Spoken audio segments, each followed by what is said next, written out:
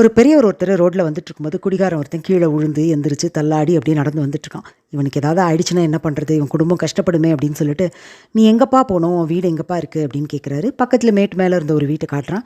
சரி வா அப்படின்னு சொல்லி கைத்தாங்களாக பிடிச்சி கொண்டு போய் வீட்டில் விட்டுட்டு வராரு. விட்டுட்டு கீழே இறங்கி வந்து பார்த்தா அதே மாதிரி தள்ளாடிக்கிட்டு அதே மாதிரி சட்டை போட்டுட்டு ஒருத்தன் வரான். அவங்ககிட்டையும் போய் உன் வீடு எங்கப்பா இருக்குது, எங்கே போகணும் அப்படின்னு கேட்டால் அதே வீட்டை காட்டுறான். சரின்னு கொண்டு போய் அங்கேயே விடுறாரு. திரும்ப கீழே இறங்கி வந்து பார்த்தா அதே மாதிரி திரும்பவும் நடக்குது. இது மாதிரி 3 தடவை நடந்ததுக்கப்புறம் 4வது தடவை போய், நீ எங்கப்பா போகணும், வீடு எங்கப்பா இருக்குது அப்படின்னு சொல்லிட்டு கையை பிடிக்க போகும்போது கத்துறான். என்னை காப்பாற்றுங்க காப்பாற்றுங்கன்னு கத்துறான். எல்லாரும் ஓடி வந்து என்னாச்சு அப்படின்னு கேட்டதுக்கு, இந்த பெருசு தண்ணி போட்டுக்கிட்டு குடிபோதையில் என்னை கொண்டு போய் அங்கே மேலேருந்து தள்ளி விட்டுட்டு வந்துடுது, இதோட 3 தடவை என்னை தள்ளி விட்டுருச்சு அப்படின்னு சொல்கிறான். அந்த பெரியவர் என்னமோ அவன் நல்லதுக்காக அவன் சேஃபாக வீட்டுக்கு போகணுன்னு கூட்டிகிட்டு போய் விட்டார். அவன் கீழே விழுந்து எந்திரிச்சு வந்து கடைசியாக என்ன சொல்லிட்டான், பெரியவரை குடிகாரன்னு சொல்லிட்டான்.